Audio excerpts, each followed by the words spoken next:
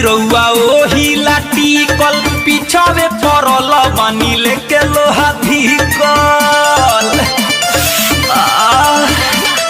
भोरही से बानी रउआ ओही लाठी कल पीछावे पड़ल बानी लेके लोहा धिकल तनी सा राखी ना सेंसर पिया सटाई ना सलेंसर पिया धूड़ी में धली कैंसर पिया सटाई ना सलेंसर पिया धूड़ी में धली कैंसर पिया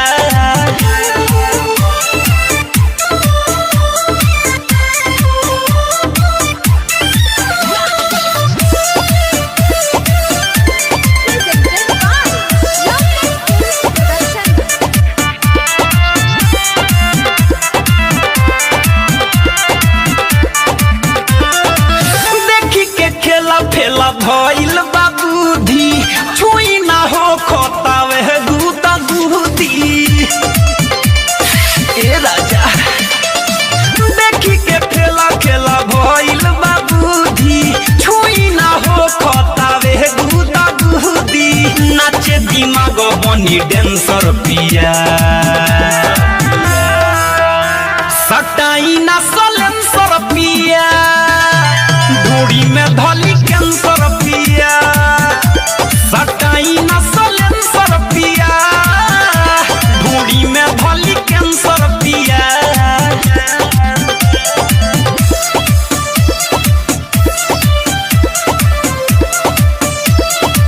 म्यूजिक बाय गौरव रोशन। आप सुन रहे हैं अमित पटेल की आवाज में।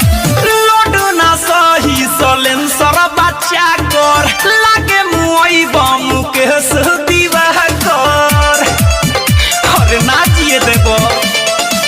लडना सही सलेंसर बच्चा कर लागे मुई बयमित दीवाह कर काहे बनेला फाइनेंसर पिया सटाई ना सलेंसर पिया धूड़ी में धली कैंसर पिया सटाई ना सलेंसर पिया